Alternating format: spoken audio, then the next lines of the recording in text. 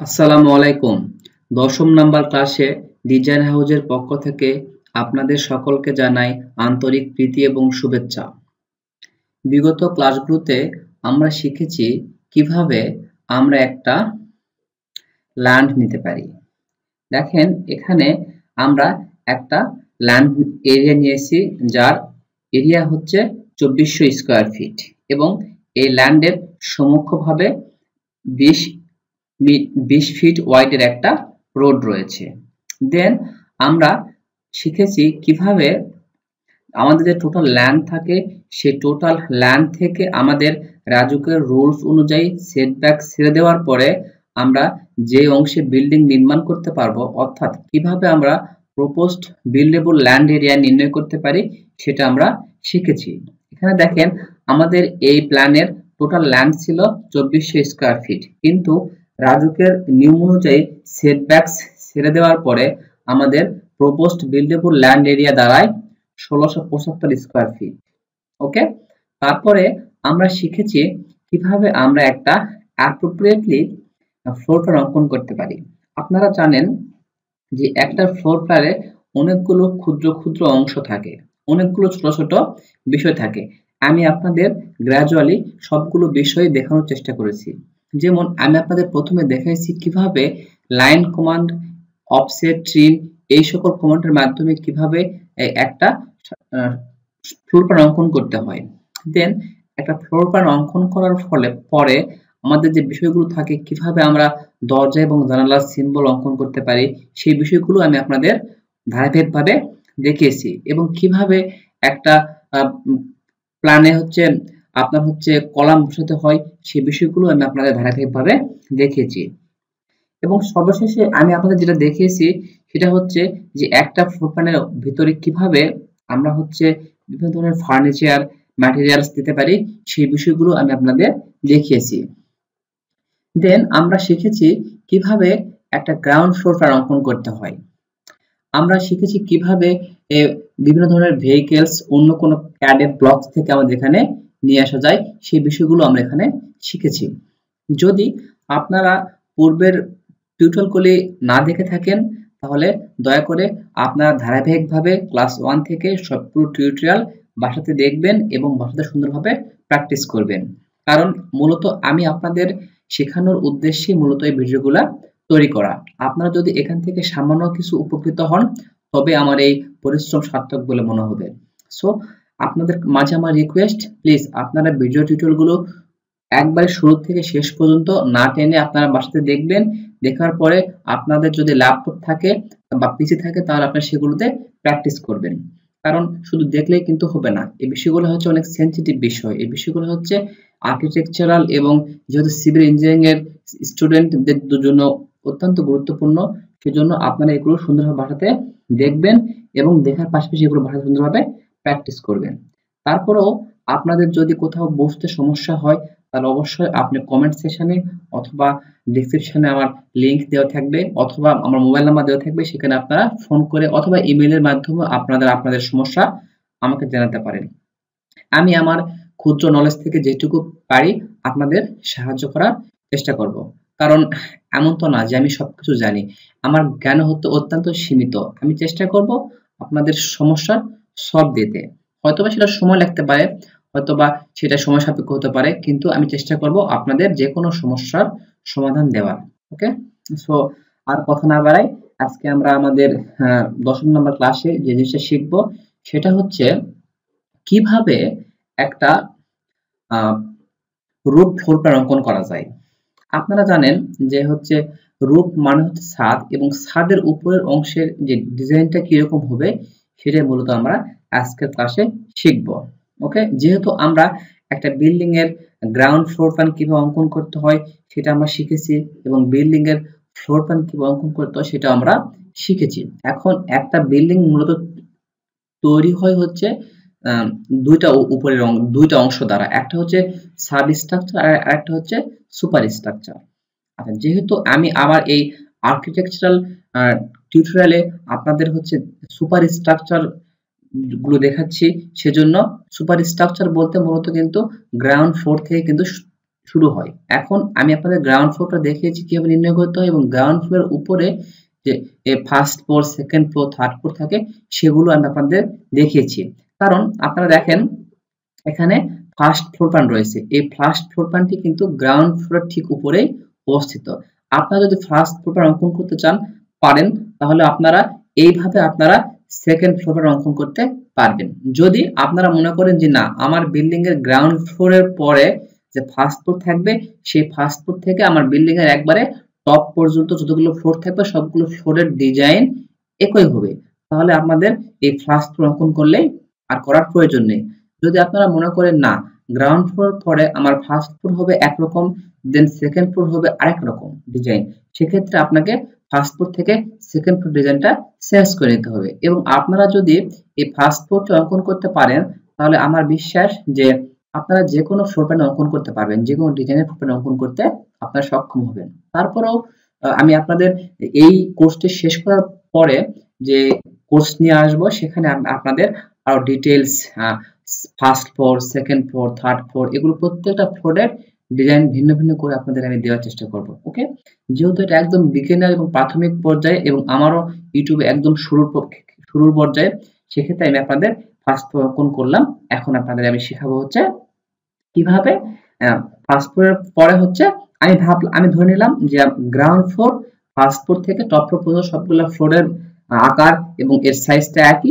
দেন আমি আপনাদের যেটা করবো সেটা হচ্ছে কি রুফ ফ্লোর প্ল্যান। ওকে, তাহলে দেখেন একটা বিল্ডিং এর আমি দেখেন গ্রাউন্ড ফ্লোর থেকে একবারে হচ্ছে গ্রাউন্ড ফ্লোর দেখালাম, তারপর বিভিন্ন ফ্লোর দেখালাম। এখন দেখাবো হচ্ছে কিভাবে একটা বিল্ডিং এর রুফ ফ্লোর প্ল্যান অঙ্কন করতে হয়। ঠিক আছে, আচ্ছা কথা না বাড়িয়ে আমরা আজকের ক্লাসে চলে যাই। আচ্ছা, আমরা রুফ ফ্লোর প্ল্যান তৈরি করার জন্য প্রথমে যেটা করব সেটা হচ্ছে, এটা অনেক সহজ একটা বিষয়। যদি আমরা গ্রাউন্ড ফ্লোর তৈরি করে থাকি, তাহলে সেই গ্রাউন্ড ফ্লোর থেকে আমরা খুবই সহজে আমরা হচ্ছে একটা বিল্ডিং এর রুফ ফ্লোর তৈরি করতে পারবো। এটা তৈরি করতে সর্বোচ্চ 10-15 মিনিট সময় লাগবে। ওকে, আচ্ছা এখন দেখেন প্রথমে আপনারা যেটা করবেন যে আপনারা প্রথমে কি করবেন, এই গ্রাউন্ড ফ্লোর প্ল্যানটা অঙ্কন করে নেবেন। আমি যেভাবে করেছি আপনারা সেভাবে করে নেবেন। এইভাবে করে নেওয়ার পরে এটাকে কি করবেন, কপি করবেন। গ্রাউন্ড ফ্লোরকে জাস্ট কপি করে এটাকে আমি এখানে নিয়ে আসলাম। এখন দেখেন আমি কি করি, ফার্স্ট আমি গ্রাউন্ড ফ্লোরকে কপি করলাম। ওকে, আচ্ছা এখন দেখেন এটা কপি করলাম। এখন যেহেতু আমি আপনাদের বলেছি যে আমার এই ফুল আর্কিটেকচারাল টিউটোরিয়ালটি হচ্ছে এই প্রজেক্টের উপর নির্ভর করে তৈরি, এবং আমি আপনাদের এইরকম একটা আর্কিটেকচারাল প্রজেক্ট আমি আপনাদের দেখাবো আমার এই টিউটোরিয়ালে ধারাবাহিকভাবে। সেক্ষেত্রে আমি আপনাদের সুবিধার ক্ষেত্রে এবং আমারও কিছুটা সুবিধার ক্ষেত্রে আমি এখান থেকে দেখেন, এখান থেকে আমি গ্রাউন্ড ফ্লোর তৈরি করেছি, এখান থেকে ফার্স্ট ফ্লোর তৈরি করেছি, এখান থেকে আমি আমাদের কি করব রুফ ফ্লোর প্ল্যান। এই রুফ ফ্লোর প্ল্যানটা আমি কি করব, জাস্ট এখানে শুধু এখানে কি করব, কপি করব। যেহেতু আমি আপনাদের এরকমই দেখানোর প্রতিশ্রুতি দিয়েছি, সেক্ষেত্রে আমি এটাকে একটু কপি করলাম, যেটা আপনাদের সুবিধা হবে প্লাস আমারও অঙ্কন করতে সুবিধা হবে, জাস্ট এই জন্য। ওকে, আচ্ছা এখন দেখেন আমরা গ্রাউন্ড ফ্লোর থেকে আমরা এই ফ্লোরে কপি করে নিলাম। এখন কপি করে নেওয়ার ফলে যেহেতু এটার নাম হচ্ছে রুফ ফ্লোর প্ল্যান, সেক্ষেত্রে আমরা কি করব, এই গ্রাউন্ড ফ্লোরকে নামটাকে আমরা মডিফাই করব। এটা মডিফাই করার জন্য আমরা কি করব, জাস্ট এখানে মাউস পয়েন্ট নিয়ে যাব, যাই এখানে সিলেক্ট করার পরে ডাবল ক্লিক করব। ওকে, এখন ডাবল ক্লিক করার পরে আমাদের হচ্ছে এখানে টেক্সট লেখা একটা অপশন চলে আসবে। এখানে ক্লিক করে আমি গ্রাউন্ড ফ্লোরটা ইরেজ করে দেব। দেওয়ার ফলে আমাকে এখানে লিখতে হবে roof floor plan, roof floor plan. Okay, আমার মডিফাই কাজ শেষ। এরপরে আমাকে যেটা করতে হবে, যেহেতু একটা বিল্ডিং এর রুফে ছাদে কখনোই রাস্তা থাকে না, সেক্ষেত্রে আমাকে রাস্তাটা কি করতে হবে, ইরেজ করে দিতে হবে। ওকে, আচ্ছা তারপরে আমাকে যেটা করতে হবে, যেহেতু ছাদে কখন কোনো প্রবেশ এন্ট্রি পথ থাকে না, সেক্ষেত্রে আমাকে এই অংশটুকু ইরেজ করে দিতে হবে। ক্লিয়ার? আচ্ছা জাস্ট আমি এই অংশ ইরেজ করে দিলাম। আপনারাও সুন্দরভাবে এগুলো ইরেজ করে নিন, আমি যেগুলো ইরেজ করতেছি। দেন আপনারা এই অংশটুকু ইরেজ করে নেবেন, এইগুলোরও দরকার নেই। কারণ এটা হচ্ছে গ্রাউন্ড ফ্লোরের জন্য ছিল। গ্রাউন্ড ফ্লোর থেকে আমাদের ছাদটা এরকম হবে না, এটা সব ডিলিট করে দেন, এগুলা তো কোনো দরকার নাই, কারণ ছাদে তো আর গার্ড রুম থাকবে না, ডিলিট করে দেন। ওকে, আচ্ছা এখন এই প্রত্যেকটা গাড়ি আপনারা ইরেজ করে দেবেন, সিলেক্ট করবেন কিবোর্ড থেকে ডিলিট প্রেস করে ইরেজ করে দিবেন। এটা অনেক সহজ একটা বিষয়, জাস্ট ইরেজ করাই। আমরা আমরা একটা রুফ প্ল্যান তৈরি করার জন্য জাস্ট আমরা শুধু ইরেজ করব গ্রাউন্ড ফ্লোর থেকে, তাহলে দেখবেন যে খুব সহজে আমরা একটা রুফ ফ্লোর প্ল্যান অঙ্কন করতে পারি। জাস্ট ইরেজ করবেন, এই বিষয়গুলো আপনারা ইরেজ করে দিবেন, এগুলোর কোনো প্রয়োজন নেই। ওকে, আচ্ছা এই বিষয়গুলোর কোনো প্রয়োজন নেই, ইরেজ করে দেন, শুধু জাস্ট ইরেজ।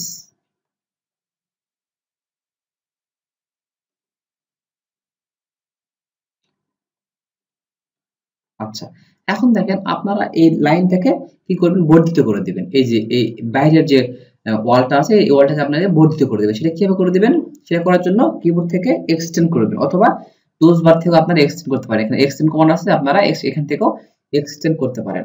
আমি টুলস বার থেকে করতেছি, আমি কিবোর্ড থেকে করতেছি। কিবোর্ড থেকে লিখবো হচ্ছে ই এক্স ডাবল এন্টার, দেওয়ার পরে আমি এখানে জাস্ট ক্লিক করব। দেখেন এই লাইনটা এক্সটেন্ড হয়ে যাচ্ছে। ওকে, এক্সটেন্ড করার ফলে এখানে দেখেন এই লাইনটাকে এক্সটেন্ড করতে হবে ই এক্স ডাবল এন্টার। ওকে, জাস্ট এটা কি করব, ট্রিম করে দেব, টি আর ডাবল এন্টার, ট্রিম। ওকে, এখন আমরা এই বিল্ডিংটাকে একটু আকর্ষণীয় করার জন্য কি করতে পারি, এই যে আমাদের যে বাউন্ডারি ওয়াল রয়েছে সেই ওয়ালটার আমরা কালারটা চেঞ্জ করতে পারি। এটা কিভাবে আমরা করব, এটা আমরা অনেকভাবে করতে পারি। আমরা এটা সিলেক্ট করে আমরা হচ্ছে এখানে কালার প্যানেল থেকে আমরা কালার সিলেক্ট করতে পারি, অথবা আমরা যদি লেয়ার নিয়ে থেকে আমরা সেই লেয়ার থেকেও আমরা এটা করতে পারি, অথবা আমরা এটাকে ম্যাচ করতে পারি। যেমন কিভাবে আমরা ম্যাচ করব, এটা করা অনেক সহজ একটা বিষয়। দেখেন কিবোর্ড থেকে দেখবেন ম্যাচ, ম্যাচের জন্য এম এ ফর ম্যাচ লিখে এন্টার। এরপরে আপনারা কি রকম, আপনারা কোন রকম আপনারা কালার করবেন তার মতো, যেমন আমি মনে করলাম আমি এর মতো কালার করব, তাহলে জাস্ট এখানে ক্লিক করার পরে জাস্ট এখানে ক্লিক করে দিবেন। দেখেন আপনাদের প্রত্যেক লাইন সেরকম হয়ে যাচ্ছে। ক্লিয়ার?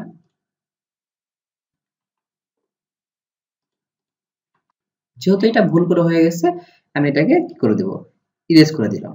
দেওয়ার পরে কপি করলাম, ও ও এন্টার 5 এন্টার,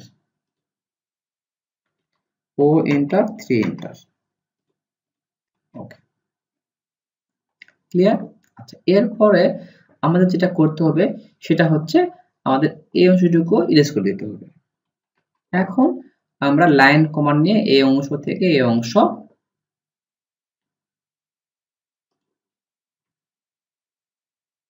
এই অংশ থেকে এই অংশ, এই অংশ থেকে এই অংশ, এই অংশ থেকে এই অংশ লাইনটা দিলাম। এরপর আমরা এটা অফসেট করলাম, ও এন্টার 5 এন্টার।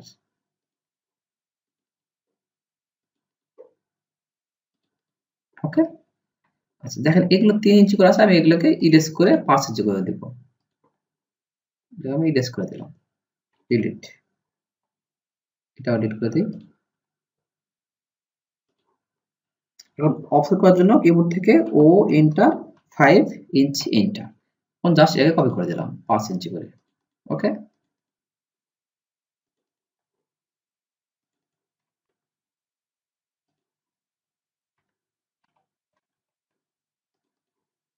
আচ্ছা দেখেন আমাদের কাজ মোটামুটি আমাদের শেষ পর্যায়ে, শেষ বলতে হবে না, আমাদের মোটামুটি একটা শেপ চলে আসছে। জি, এখন দেখেন এটা হচ্ছে আমাদের হচ্ছে রুফ ফ্লোর। এখন রুফ ফ্লোরে আমাদের প্রায় সব বিষয় শেষ হয়েছে।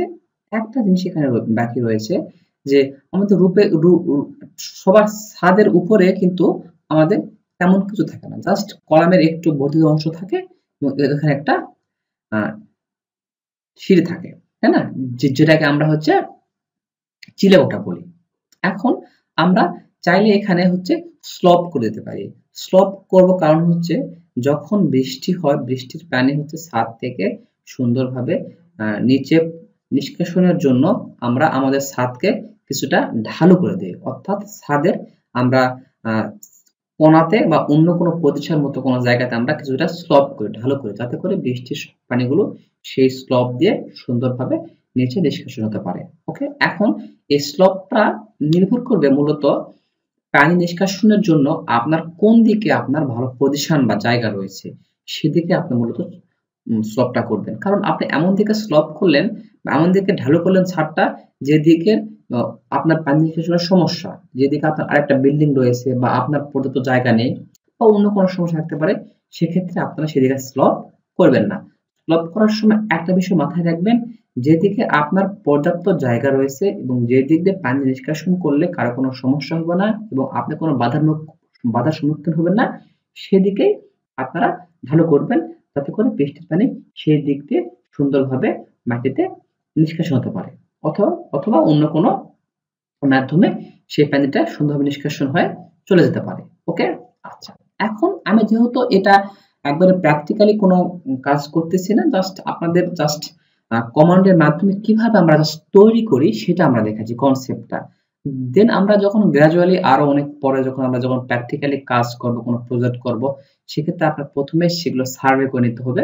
সার্ভে করার ফলে আপনাদের এগুলো অনেক প্ল্যানিং পরিকল্পনা করতে হয়, সেভাবে আপনাদের সব কাজগুলো করতে হবে। আমরা কিন্তু এখানে রুম তৈরি বলেন, যে কোনো ফ্লোর প্ল্যান বলেন, গ্রাউন্ড ফ্লোর বলেন, সবগুলো কিন্তু এটা জাস্ট একটা আন্দাজ করে, একটা হচ্ছে আইডিয়া করে আমরা এটা তৈরি করছি। জাস্ট আমরা শিখছি কিভাবে এটা তৈরি করতে হয়, কিন্তু এটার যে অ্যাপ্রোপ্রিয়েট রুলস রয়েছে, বিভিন্ন নিয়ম রয়েছে, সেগুলো কিন্তু আমরা এই টিউটোরিয়ালে ফলো করি না, কিন্তু গ্র্যাজুয়ালি আমরা পরবর্তীতে আর অনেক পরে কিন্তু সেগুলো শিখবো। যেহেতু আমি একজন ইঞ্জিনিয়ারিং ব্যাকগ্রাউন্ডের স্টুডেন্ট, সেক্ষেত্রে আমি আপনাদের গ্র্যাজুয়ালি সেই বিষয়গুলো শেখানোর চেষ্টা করব। কিন্তু শুরুতে জাস্ট আমি আপনাদের শেখাচ্ছি যে কিভাবে আমরা অটোক্যাড টুলবারের মাধ্যমে বিভিন্ন কমান্ডের মাধ্যমে আমরা কিভাবে এগুলোর কাজ করতে পারি এবং কিভাবে আমরা এগুলোকে ইউজ করতে পারি, জাস্ট এইটুকুই। কিন্তু এর পরবর্তীতে আমি আপনাদের সুন্দরভাবে আরো কিভাবে ফুল কনসেপ্ট সহকারে, প্ল্যানিং সহকারে আপনাদের আমি শেখাতে পারি, সেগুলো আমরা শিখবো। যেমন আমরা যদি স্ট্রাকচারাল ড্রয়িং করতে চাই, এখানে বিএনবিসি কোড আছে, তারপরে হচ্ছে রাজুকের বিভিন্ন রুলস রয়েছে, এসিআই কোড রয়েছে এবং বিভিন্ন কোড রয়েছে, বিভিন্ন ধরনের মনে করেন যে রুলস রেগুলেশন মেনটেন করে আপনাদের সব ডিজাইন করতে হয়। সেগুলো আমি আপনাদের ধারাবাহিকভাবে শেখাবো। সেটা আর্কিটেকচারাল ডিজাইনের ক্ষেত্রেও প্রয়োজন, স্ট্রাকচারাল ডিজাইনের ক্ষেত্রেও প্রয়োজন। ওকে ওকে, আচ্ছা, এখন আমি জাস্ট আপনাদের দেখানোর জন্য একটা স্লপ নির্ণয় করতেছি। আমি মনে করলাম যে এই দিক দিয়ে আমার পানি নিষ্কাশন হতে পারে, কোনো সমস্যা নেই। তাহলে এখানে আমি স্লপ করব। সেটা কিভাবে করব? জাস্ট আমি স্লপের জাস্ট আমি বুঝাবো যে এটা স্লপ, এই দিক দিয়ে পানি নিষ্কাশন হবে। এটা বোঝানো অনেক সহজ। এটা জাস্ট আপনি একটা সার্কেল নেবেন, সার্কেল নিয়ে জাস্ট আপনি এখানে অঙ্কন করে দিলেন, লিখে দিলেন, এখানে দেন, জাস্ট অঙ্কন করলেন। এখন আপনি যদি এখানে লিখে দেন যে স্লপ, তাহলে এটা কিন্তু মোটামুটি কাজ শেষ, যে এটাই স্লপ এবং এদিক দিয়ে পানিটা নিষ্কাশন হবে এবং এদিকে কিছুটা ঢালু রয়েছে। এখন আপনি যদি লিখে দেন স্লপ, তাহলে কাজ আপনার শেষ। কিন্তু আপনি যদি চান যে না, এটাকে আরেকটু প্রেজেন্টেবল করবেন, তাহলে আপনি জাস্ট এখানে কয়েকটা তীর চিহ্ন দিয়ে দেখাতে পারেন যে এটা হচ্ছে স্লপ নির্দেশ করে। এখন সেই তীরটা কিভাবে নির্ণয় করবেন? এই তীর নির্ণয় করাটা একটু ক্রিটিক্যাল, আপনারা একটু ফলো করবেন, তাহলে আপনারা সুন্দরভাবে তীরটা নির্ণয় করতে পারবেন। এখানে দেখেন তীর নির্ণয় করছি, তীর দ্বারা বোঝাচ্ছে এটা স্লপ। আপনারা চাইলে জাস্ট এইটুকু লিখে এখানে লিখে দিবেন স্লপ, তাহলে এটা শেষ। অথবা আপনারা চাইলে এটা বৃত্ত অঙ্কন করে ওখানে তীর চিহ্ন দেওয়ার পর আপনারা ওখানে লিখতে পারেন যে এটা স্লপ, এটাও হবে। জাস্ট এখানে স্লপ লিখলেও হবে অথবা তীর চিহ্ন দিয়ে ইন্ডিকেট করে দিলেও হবে। যদি আপনারা তীর চিহ্ন দেন, তাহলে এই প্ল্যানটা কিছুটা প্রেজেন্টেবল হবে, কিছুটা আকর্ষণীয়, অ্যাট্রাকটিভ হবে। ওকে, দেখতে সুন্দর লাগে, এই আর কি। এটা কোনো রুলস বা রেগুলেশনের মধ্যে পড়ে না। জাস্ট আপনার এখানে লিখে দিলেও হবে জাস্ট স্লপ, এটা কোনো সিম্বল না, জাস্ট লিখে দিবেন যে স্লপ, দ্যাটস ইট। ওকে, কিন্তু আমরা শিখতে যাচ্ছি কিভাবে আমরা বিভিন্ন ধরনের কমান্ড শিখতে চাই, সেগুলো আমি আপনাদের জাস্ট ধীরে ধীরে শেখাচ্ছি। যদিও আমার ছোট ভাই এই ইউটিউব চ্যানেলে কিভাবে কমান্ড ক্লাসগুলো নিতে হয় সেগুলো ধারাবাহিকভাবে সুন্দরভাবে এক্সপ্রেশন করে, জাস্ট আমি আপনাদের সেজন্য আমি আপনাদের সেই টুলসগুলোর ব্যবহার না শিখে আপনাদের ডাইরেক্ট আমি কাজ শেখাই। আপনারা অবশ্যই এই ডিজাইন হাউস চ্যানেলের আপনারা সেই টিউটোরিয়াল, সেই কমান্ড টিউটোরিয়ালগুলো আপনারা ভালোভাবে দেখবেন, সেগুলো দেখে আপনারা সেখান থেকে কিভাবে কমান্ড ইউজ করতে সেগুলো শিখবেন। শেখার পরে আপনারা এগুলো ভালোভাবে দেখবেন যে আপনার গ্র্যাজুয়ালি আপনার যে উইকনেসটা সেটা আপনার গ্র্যাজুয়ালি রিমুভ হয়ে যাবে এবং আপনি অবশ্যই ডে বাই ডে একজন পরিণত ডিজাইনার হবেন, এটা আমি বিশ্বাস করি যদি আপনারা ফলো করেন। শুধু আমার এই ইউটিউব চ্যানেলটা ফলো করলে কিন্তু আপনি কিন্তু হবে না, আপনাকে আরো বিভিন্ন যে ব্যাকগ্রাউন্ড নলেজ যেটা বলে বিভিন্ন স্টাডি করতে হবে এবং বিভিন্ন ধরনের আরো প্র্যাকটিক্যাল নলেজ গুলো সেগুলো আপনাকে গ্যাদার করতে হবে।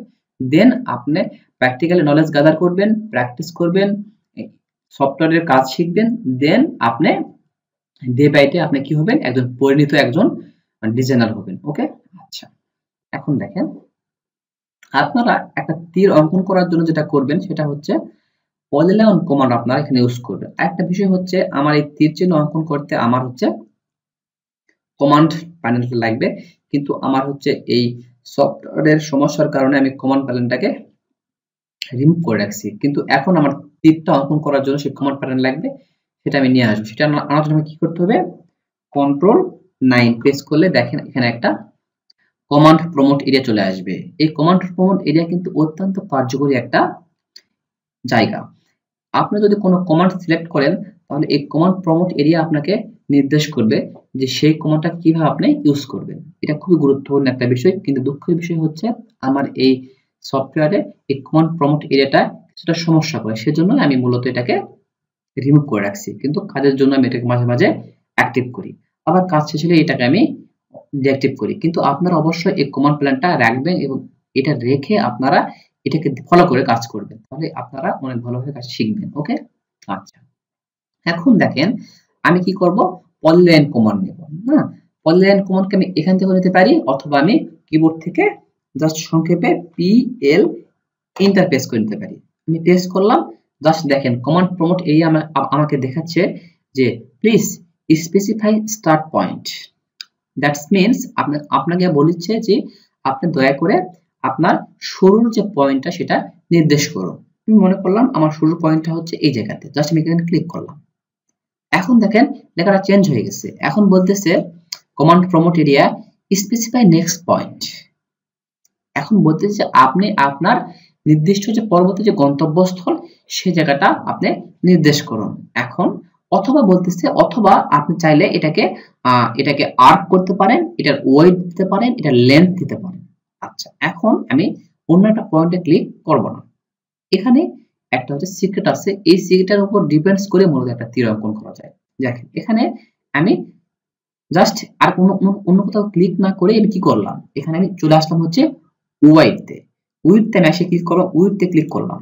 ক্লিক করার পরে আমাকে উইডথে এখানে ক্লিক করার পরে আমাকে বলতেছে স্পেসিফাই স্টার্টিং পয়েন্ট উইডথ। আমি এখানে জাস্ট 0 দিয়ে এন্টার দিলাম। এখন বলতেছে command promote area specify ending with, আপনার শেষ এন্ডিং উইথটা কত, এটাও আমি দিলাম হচ্ছে, এটা আমি দিলাম হচ্ছে 6। ওকে, এরপর আমি কি করলাম, এন্টার দিলাম। এখন দেখেন এখন দেখেন একটা তীর তৈরি হয়ে নাই, একটা তীর তৈরি হয়ে গেছে কিন্তু। আচ্ছা আমি এটা কি করব, জাস্ট ছোট, বেশি বড় দিলে বেশি ভালো লাগবে না, আমি এটা ছোট দিলাম, জাস্ট এই পর্যন্ত দিলাম। এখন দেওয়ার পরে দেখেন এটা এখন তো আমার এইটুকু তীর হচ্ছে, এখন কি তীরের মাথাটা থাকে হচ্ছে সোশ্যালো শার্প তীক্ষ্ণ, দেন তারপরে এটা কি হয়, নারো হয়ে আসে। এখন আমার এটাকে নারো করতে হবে, দেখুন এটা কিন্তু নারো হচ্ছে না, এটা জাস্ট সেই মাপে চলে যাচ্ছে, আমার এটা নারো দরকার, তাই না? এর জন্য আমি কি করব, পুনরায় আমি উইডথে ক্লিক করলাম। ক্লিক করার পরে কি করব, 0 এন্টার, দেন এন্ডিং পয়েন্ট আমি 0 দেব, 0 এন্টার। এখন এটা দেখেন কি হয়েছে, এটা দেখেন চিকন হয়ে গেছে, তাই না, থিন হয়ে গেছে। এখন এটাকে আমি চেপে সোজা করে নিলাম, এরপর আমি একটা মাপ দিলাম, যেমন আমি দিলাম 6 ফিট, লেন্থটা কত, 6 ফিট এন্টার। আমার একটা তীর অঙ্কন শেষ। এখন আমি চাইলে এই তীরের কালার চেঞ্জ করে জাস্ট এটা সিলেক্ট করলাম, কালার চেঞ্জের জন্য আমি এটাকে সিলেক্ট করব, করার পরে আমি জাস্ট এই এখানে প্যানেল থেকে আমি জাস্ট এটাকে এরকম কালার করে দিলাম। ওকে, আমি এখন এটাকে কপি করব, কপি করে এরকম জাস্ট নিয়ে আসবো আমার কাঙ্ক্ষিত স্থানে।